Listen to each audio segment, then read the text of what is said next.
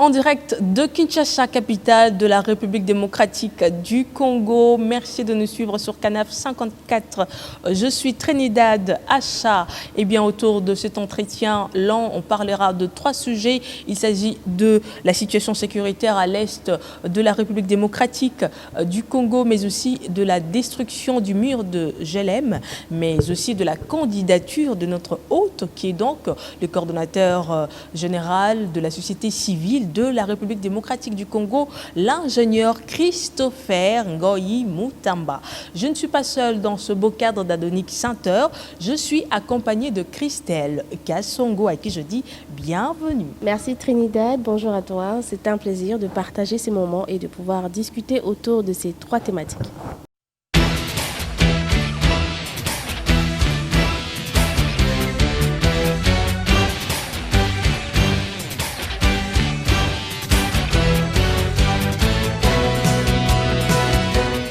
Merci beaucoup. Et donc, messieurs Christopher Ngoyi, bienvenue.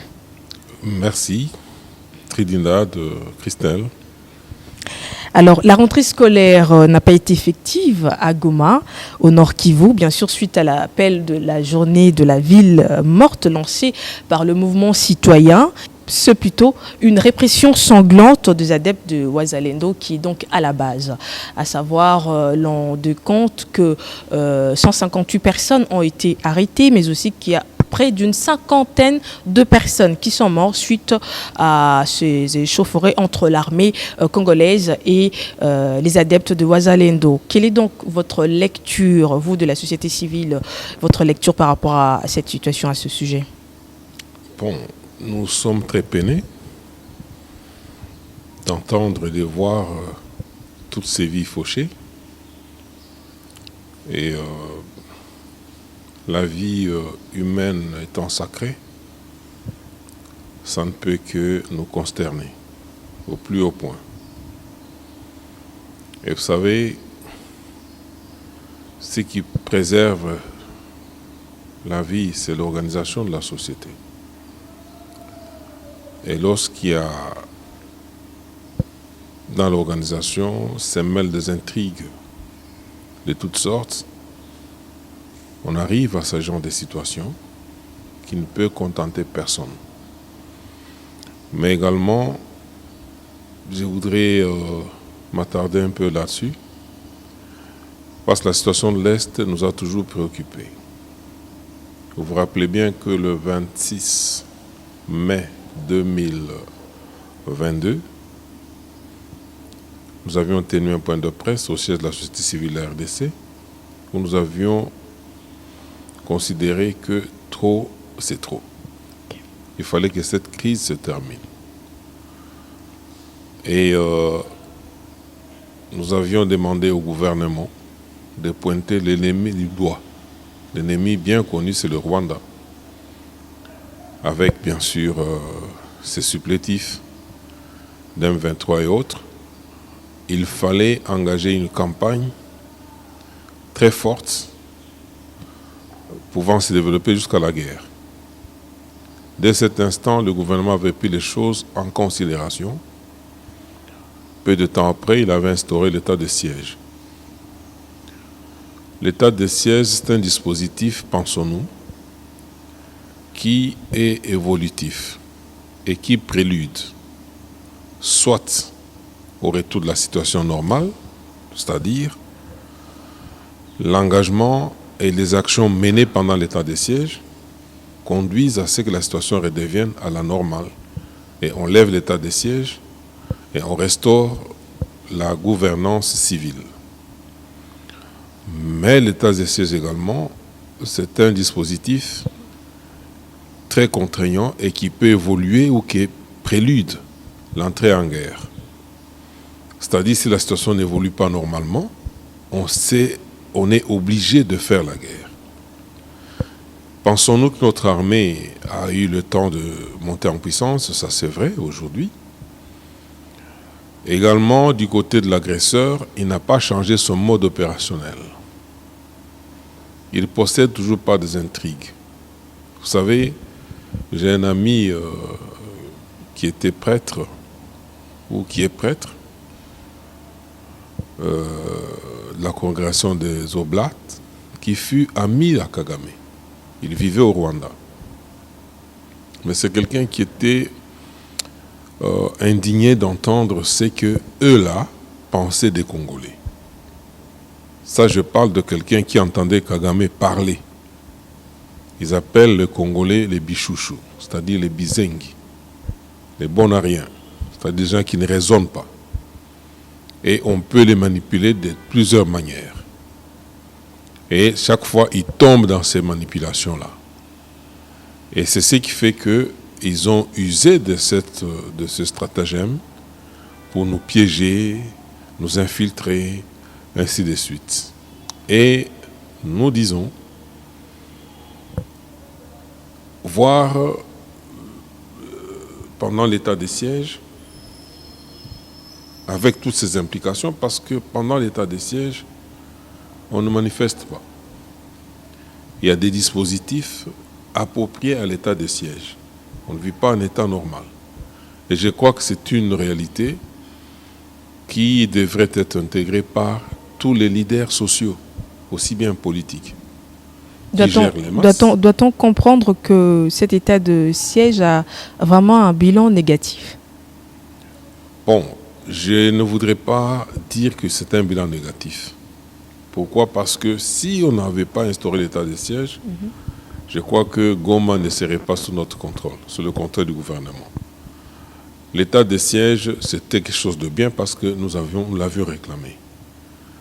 Mais l'état de siège, ce n'est pas une situation qui dure permanemment. Raison pour laquelle on revient toujours devant le Parlement pour le renouveler. Alors, il ne faudrait pas non plus que la lassitude s'installe. C'est ce qui explique que dernièrement, la semaine passée, c'était le jeudi, nous avons tenu un point de presse où nous avons dit clairement qu'il fallait envisager l'entrée en guerre par la nomination d'un vice-ministre en charge de la guerre. Pourquoi? Parce que l'état de siège, on a senti qu'il était en train de stagner. Et avec une armée, tout le monde le reconnaît, et même les commandants de l'armée les reconnaissent. Certains commandants, notamment le chef d'état-major, a reconnu que l'armée est totalement infiltrée. Alors, nous avons conseillé, nous continuons à insister, qu'il faudrait nommer un vice-ministre en charge de la guerre. Et lui va articuler tous les éléments, tous les acteurs intègres des produits purs et qui n'auront pour mission que d'affronter militairement le Rwanda et tous ses supplétifs.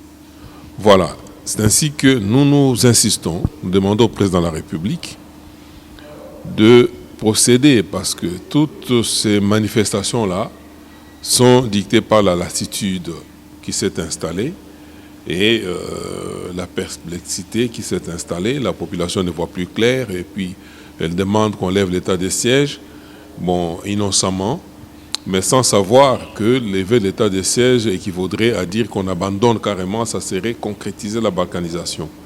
Alors, il faut aller de l'avant. Aller de l'avant, c'est-à-dire poser des actes concrets. Notre armée a eu suffisamment de temps pour se préparer et aujourd'hui, nous pouvons croire qu'elle est montée en puissance. Et il est temps maintenant d'engager la guerre. Et pour engager la guerre, il faut la préparer.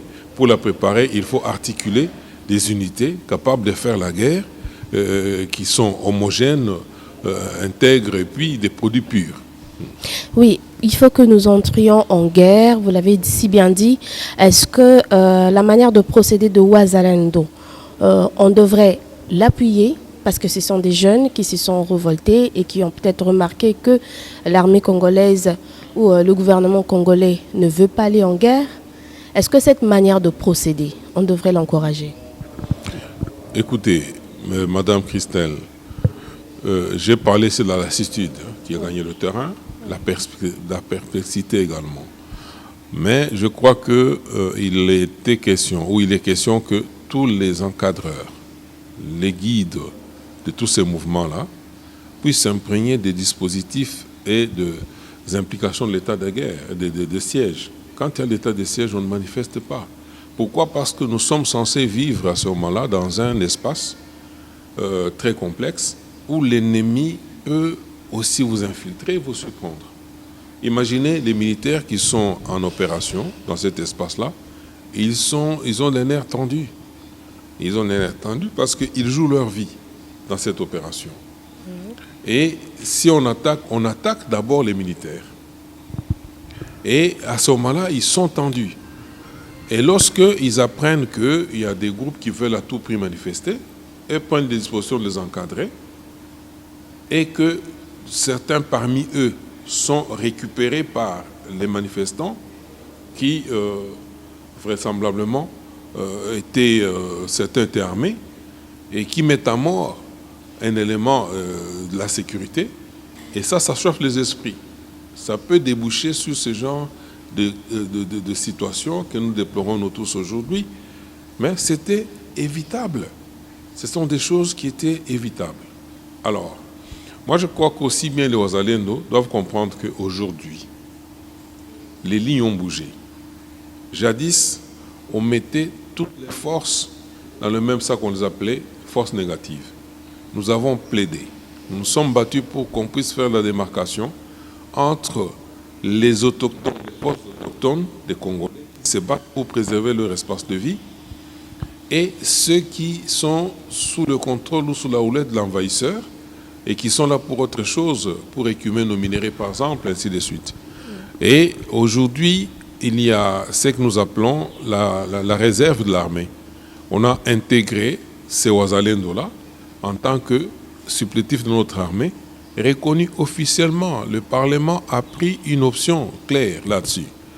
Mais il faudrait que ce soit des éléments disciplinés, qui se conforment, qui se ressourcent aux directives qui viennent de l'armée. Sinon, ça sera un désordre. Dans ces dispositions claires que le gouvernement a prises, il s'agit de quoi exactement? On leur a octroyé, par exemple, des tenues pour les identifier. On leur a octroyé des armes. Non, les tenues, je ne pense pas, parce que ils sont considérés comme des paramilitaires ou des civils, mais des forces réservistes, des civils, mais entreprenant des opérations sur terrain, dans le domaine sécuritaire. Et on peut ne pas leur octroyer des tenues, mais ils ont la possibilité d'être armés. Ils peuvent être armés. Et puis, on leur octroie la solde, c'est-à-dire on leur donne des vivres, la logistique nécessaire pour qu'ils puissent entreprendre. C'est cela la reconnaissance. Il y a des textes assez élaborés là-dessus. Il y a des textes assez élaborés là-dessus qui établissent la reconnaissance de toutes ces forces positives, réservistes, aujourd'hui reconnues par le gouvernement et l'État congolais. Et pour ce faire, il faut une certaine discipline. Il faut une certaine discipline. Et là, j'en appelle aussi aux acteurs de la société civile. Nous, membres de la société civile, nous devons bien informer nos populations. Nous devons bien ceux qui sont sous notre contrôle. Pourquoi? Parce que lorsqu'il y a l'état de siège, il y a un dispositif très contraignant qu'on applique. Et on l'applique, c'est pour l'intérêt supérieur de la nation. C'est pour l'avantage de tout le monde. C'est pour permettre à l'armée de bien exécuter sa mission. Et si nous y mêlons, on considère que l'état de siège équivaut à l'un de l'état de siège, on peut manifester, on peut faire tout ce qu'on veut. L'ennemi qui brille toujours par l'infiltration, qui est sournois et qui corrompt aussi, parce qu'on a vu avec tout ce qu'on suit comme vidéo et tout ça, vous voyez des personnes qui sont soudoyés et qui reçoivent de l'argent et qui approvisionnent les ennemis qui sont en forêt. Vous voyez même des dames, on a vu des dames acheter les munitions, la nourriture, les médicaments pour apporter à ces gens-là. C'est-à-dire l'ennemi vit avec nous et c'est ce que nous avons dit, appelé donc la vipère est au salon. Si vous avez une vipère dans votre salon, mais vous devez être très subtil, vous devez être très prudent pour savoir l'éliminer. Vous devez la circonscrire, savoir où se trouve la tête avant de l'attaquer. Mais ce n'est pas si pendant que la vipère est au salon, les enfants se mettent à jouer au salon comme si de rien n'était. Alors ça va exposer toute la famille. Donc c'est ce que nous disons. Nous pensons que les animateurs, autant les mouvements citoyens, autant aussi bien les acteurs de la société civile, qui est dans sa grande diversité, devaient s'imprégner, comprendre du risque qu'il y aurait d'entreprendre des actions comme si on n'était pas sous l'état de siège. Devrait comprendre que l'état de siège, le fait que ça perdure, ça préoccupe tout le monde. Mais on ne peut pas relâcher la pression. On ne peut pas faire marche arrière, ce qui évaudrait à considérer que nous avons un échec, un aveu d'échec, et puis nous abandonnons cette partie-là à ceux qui nourrissent du projet macabre de balkanisation. Revenons sur votre proposition du ministre en charge de la guerre. Est-ce que le gouvernement l'avait bien reçu? Jusque-là, qu'est-ce qui est fait en ce sens? Bon, c'est la semaine passée que nous avons émis cette proposition. Et nous pensons que le gouvernement devra l'intégrer. Parce que c'est l'unique option aujourd'hui. Aujourd'hui, pour faire la guerre, on ne va pas faire la guerre avec une armée aussi infiltrée comme la nôtre. Ok, quel héritage avons-nous du travail abattu par Johnny Luboya et Constant Dima par rapport à l'état de siège, selon vous?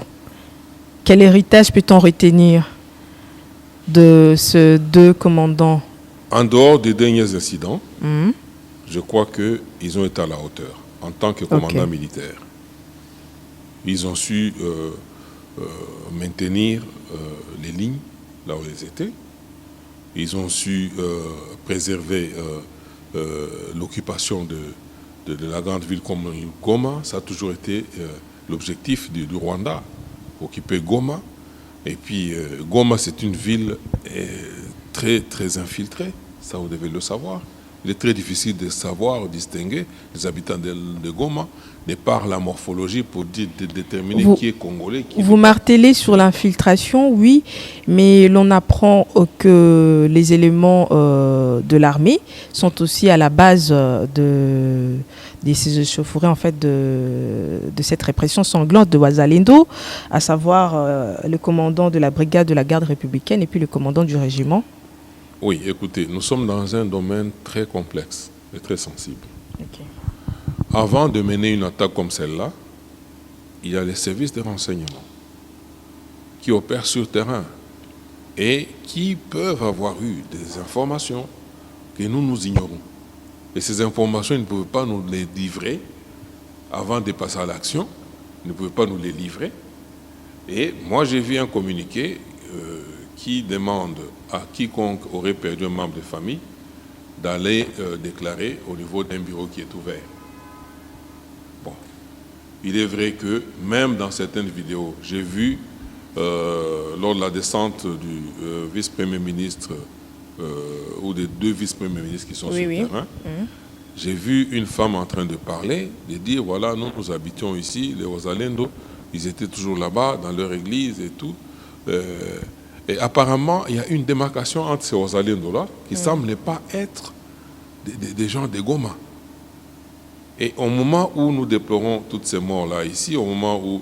Mais au Rwanda, c'est une grande consternation parce qu'il y a plusieurs acteurs qui disent que, voilà, qui condamnent, qui demandent qu'on condamne les militaires congolais, l'armée congolaise, d'avoir exécuté les Rwandais qui habitent à Goma. Alors, nous sommes dans une situation très complexe. Très complexe. Est-ce que c'était une opération? Parce qu'on a vu certaines églises où les pasteurs étaient en train de prêcher pour dire qu'écoutez, les Massissi là et tout ça, ça appartient au Rwanda. Et ces gens, dans leur église, ils ont des églises, même à Goma, à Bukavu, ils ont des églises où ils prêchent dans leur langue. Et sous la barbe des Congolais, qui n'entendent pas ce qu'ils disent, mais ils sont en train de prêcher pour dire, s'encourager à revendiquer, à résister, à tout faire pour pour obtenir la balkanisation. Et ça, ce sont des vidéos qui circulent, et ça, c'est connu de tout le monde. Moi, je crois que nous sommes dans une situation très complexe. C'est pourquoi nous n'avons pas voulu émettre des avis, mais toutefois, nous avons insisté que le gouvernement procède aux enquêtes appropriées. Il n'y a que des enquêtes qui vont nous déterminer ce qui s'est réellement passé, quelles informations les autorités militaires avaient-elles? Qu'est-ce que ces gens-là planifiaient exactement? Parce qu'on ne peut pas, de manière anachronique, voir un groupe qui se réveille pour dire aujourd'hui nous allons attaquer la MONUSCO parce qu'il faut que la MONUSCO parte. Alors que la MONUSCO avec le gouvernement est engagée dans un changement de désengagement. Ça c'est connu de tout le monde. Hein? Alors que il y a les M23 qui menacent la ville de Goma, qui sont tout autour là-bas, mais eux, ils entreprennent à l'intérieur de la ville de Goma pour dire que voilà, maintenant nous voulons déloger la MONUSCO. Est-ce que c'est la MONUSCO qui était réellement ciblée? Point d'interrogation. Est-ce que ce n'est pas une opération qui, une fois engagée, devrait s'embraser et surprendre? C'est-à-dire on devait tout simplement être surpris, constater que l'ennemi est déjà dans la ville.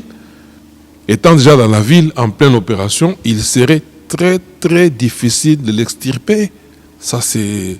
Et alors un commandant conséquent doit prendre l'importance de l'opération, doit prendre l'importance du risque et savoir préserver ce qui doit être préservé. Je pense que pour la première partie, on retiendra que notre armée est réellement infiltrée. Et ce qui fait que c'est difficile, vous l'avez dit d'une certaine manière, d'envisager la guerre en ce moment.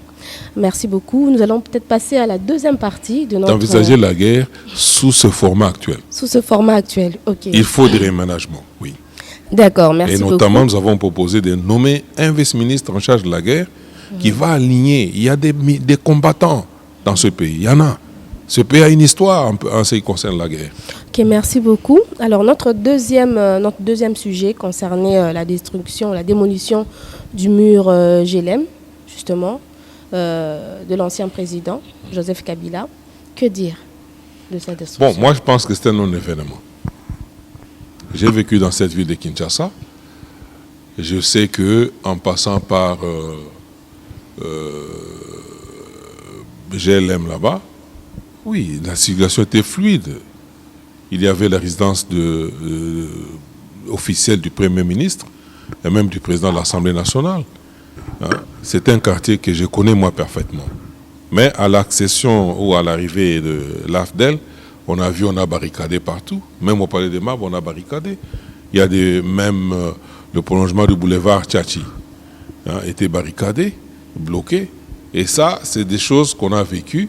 Vous savez que sur le boulevard Tchatchi, on avait tué même un jeune Belge qui, un soir comme ça, il était passé au travers d'un barrage et on a tiré. Il est mort sur le champ. C'est des choses qu'on ne peut pas imaginer. Lorsque je vois les Champs-Élysées à Paris, je vois devant la Maison Blanche, on passe, les touristes vont là-bas, ils passent. Pour le camp du camp Kabila, ils sont en train de dénoncer une intimidation. Donc non, la résidence appartiendrait à Kabila. Non, je ne pense pas. À ce que je sache, le bâtiment GLM est encore propriété de Lito Moboti.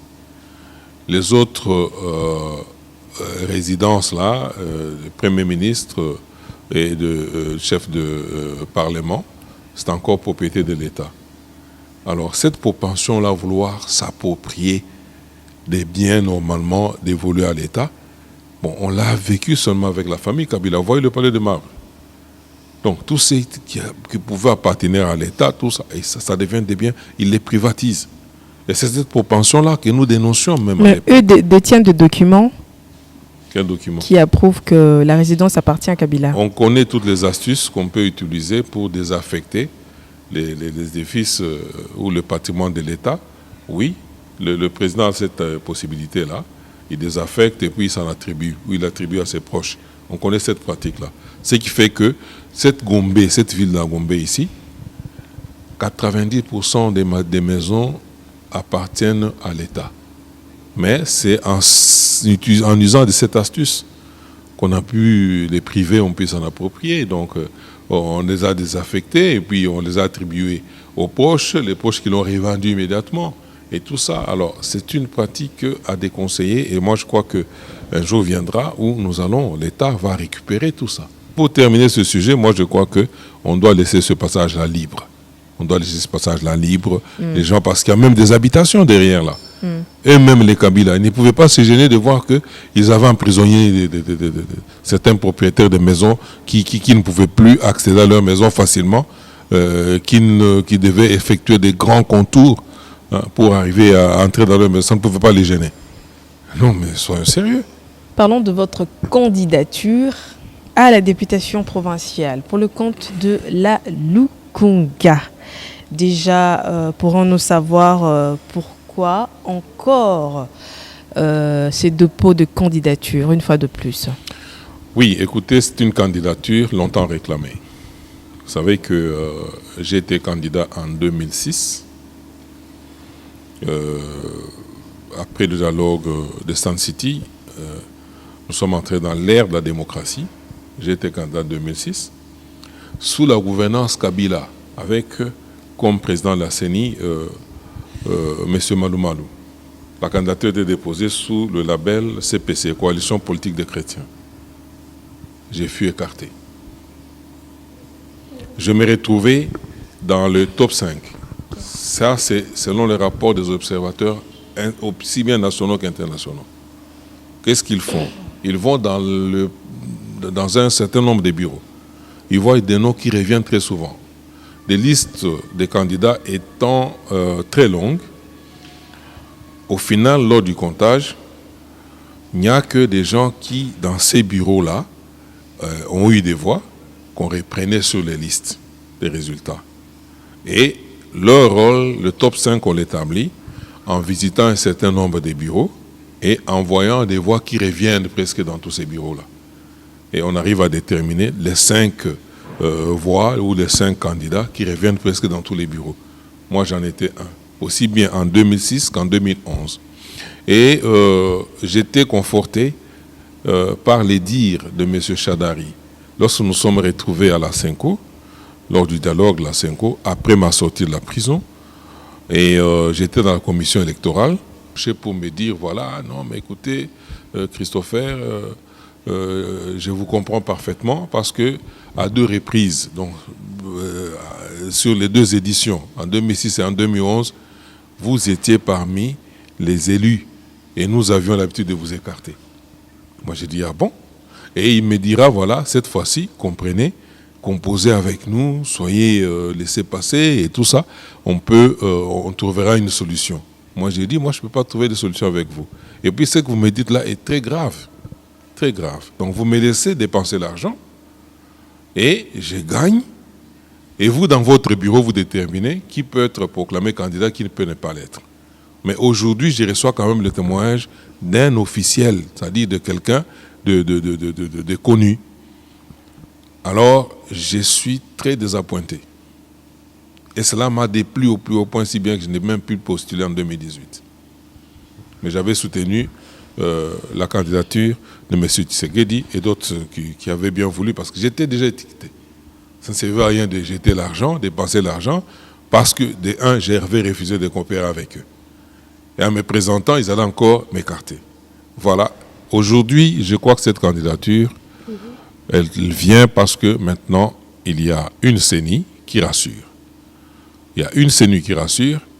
Je viens parce que mes électeurs, ceux qui m'ont élu en 2006, qui m'ont élu en 2011, qui ont regretté de ne pas me voir en lice en 2018, j'ai bien dit que c'est une candidature qui était très attendue et maintenant, je l'amène.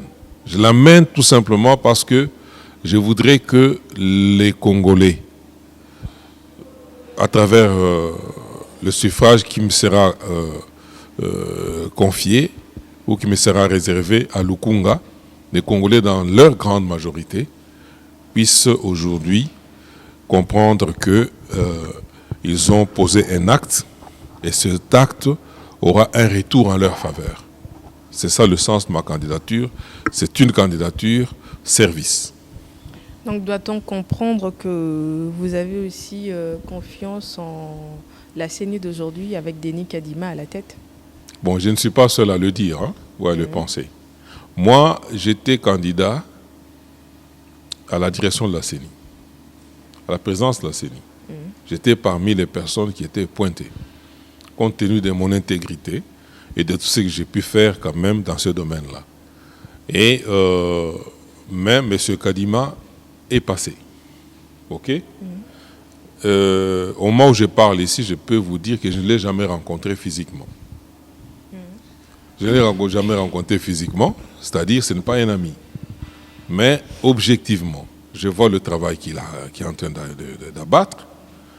Je connais son parcours, son cursus, et je sais lire l'intégrité dans sa façon de faire, et je lui fais confiance. Et je me dis, je vais jouer mon rôle là où je peux. C'est ainsi que je me porte candidate en étant sûr que la CENI d'aujourd'hui est différente de la CENI de Ngoï Mulunda, est différente de la CENI de Malumalu. La CENI, c'est un domaine qui nous a toujours préoccupés au plus haut point. Nous avons fait des pétitions et les Congolais ont soutenu notre approche et il y a eu des résultats quant à ça. Et aujourd'hui, je peux vous dire que la CENI de ce jour est différente de la CENI de Malumalu 1, de Ngoï Mulunda, de Malumalu 2 et de Nanga surtout. Quels sont vos projets une fois réélus? Quels sont les projets une fois réélus? C'est d'abord de rendre effectif le fait de placer l'homme au centre de tout. L'homme congolais. On doit le placer au centre. Au centre, je suis également défenseur des droits humains. L'organisation de la société ou de notre société doit procéder par l'atteinte ou des respects des droits humains. Et c'est cette atteinte-là qui implique une organisation tentaculaire, que ce soit bien au niveau du gouvernement, qui est le premier défenseur des droits humains, hein, et qui est au niveau de toutes les autres institutions, aussi bien de l'armée et autres. Nous allons jouer un rôle très important là-dessus. Et nous pensons que les Congolais ne sont pas venus laisser la classe politique ou une partie de la classe politique ici sur Terre ou les accompagner. Nous pensons que chaque Congolais doit jouir des richesses de la RDC. Et il y a moyen de faire en sorte que chaque Congolais se retrouve. Je suis contre ceux qui font, bien sûr on verra ça dans cette période de campagne, des gens allaient apporter des pagnes, de la nourriture, une solidarité juste circonstancielle et puis lapidaire. Hein, alors que c'est lui qui doit garantir le bien-être de l'ensemble de la population, c'est l'État. Et nous allons entrer dans cette institution pour permettre à l'État de jouer son rôle correctement. Et ça, nous allons le faire. C'est un combat. On a dû amener plusieurs combats et sur plusieurs fronts. Moi, je crois que le dernier combat sur lequel je vais m'investir, avant de tirer ma révérence ou ma retraite, c'est celui-là. Alors, dernière question, doit-on comprendre pour les téléspectateurs déjà, et je suis sûr qu'il y en a qui se demandent, est-ce que Christopher Ngoï Mutamba adhère à la vision de Félix Antoine Tshisekedi? Nous sommes proches ou nous sommes membres de l'Union pour la démocratie. Nous sommes proches de forces politiques et sociales alliées à l'UDPS, FPAU. Pourquoi l'UDPS? Je dois le dire sans complexe du tout. Okay. Lorsque nous avons commencé la lutte, c'était contre le maréchal Mobutu. Le seul parti qui, nous étudions, en train de nous battre contre la dictature, ne sachant pas par quel bout nous y prendre. Mais nous avons vu un groupe de personnes qui étaient dans les institutions, qui ont abandonné tous ces avantages-là, et puis qui ont commencé à dénoncer ce que nous dénoncions. C'est à cette époque-là que nous avions fait les premières jonctions en clandestinité avec les animateurs de l'UDPS. Ça remonte à cette période-là. La lettre de 52 pages. Nous nous promenions avec ça dans nos poches. Et c'est parmi les prémices de notre lutte. Et avec l'évolution, on a toujours fait, parce qu'à un certain moment, on est passé dans les antres même de l'UDPS. On a pu l'implanter, on a pu jouer un rôle très important là-dedans, mais notre âme est restée société civile. C'est ainsi que nous n'avons pas abandonné notre essence. Nous sommes restés là-dedans, société civile, mais tout en considérant que le premier parti, ou le seul parti, ayant travaillé pour l'intérêt supérieur de la nation, pour le peuple se trouve, c'est l'UDPS. Bien sûr, aujourd'hui, bon, je ne peux pas dire aujourd'hui, pour chaque œuvre humaine est perfectible. Il peut y avoir des faiblesses et tout ça, mais l'âme de l'UDPS reste portée vers le bien-être de tous. Ça, je ne peux pas me tromper. Et puis, vous m'avez demandé si je soutiens M. Félix Tshisekedi. Oui, je le soutiens. Pourquoi? Parce que j'ai combattu ensemble avec lui. Je le connais personnellement, je connais le fond de sa pensée. Lorsqu'il est passé président, beaucoup étaient en train de raconter des choses dans tous les sens. Alors, dans tous les sens, moi, je disais à qui voulait m'entendre, écoutez, c'est parce qu'ils ne connaissent pas la personne. Mais moi, je connais la personne. Et je sais que, foncièrement, c'est une bonne âme. Merci beaucoup. Ingénieur Christopher Ngoyi Mutamba, je rappelle que vous êtes coordonnateur général de la société civile de la République démocratique du Congo. Oui. Alors, 3 sujets étaient donc sur notre table, à savoir la candidature de Maître Ngoyi Mutamba, mais aussi la situation sécuritaire à l'est de la République démocratique du Congo. Et pour finir, nous avons aussi parlé de la destruction du mur de Jélem. J'étais accompagnée de Christelle. Merci beaucoup, ma consoeur. C'était Trinidad Acha pour Canaf 54. Merci de nous suivre et restez branchés et fidèles à nos programmes. Merci.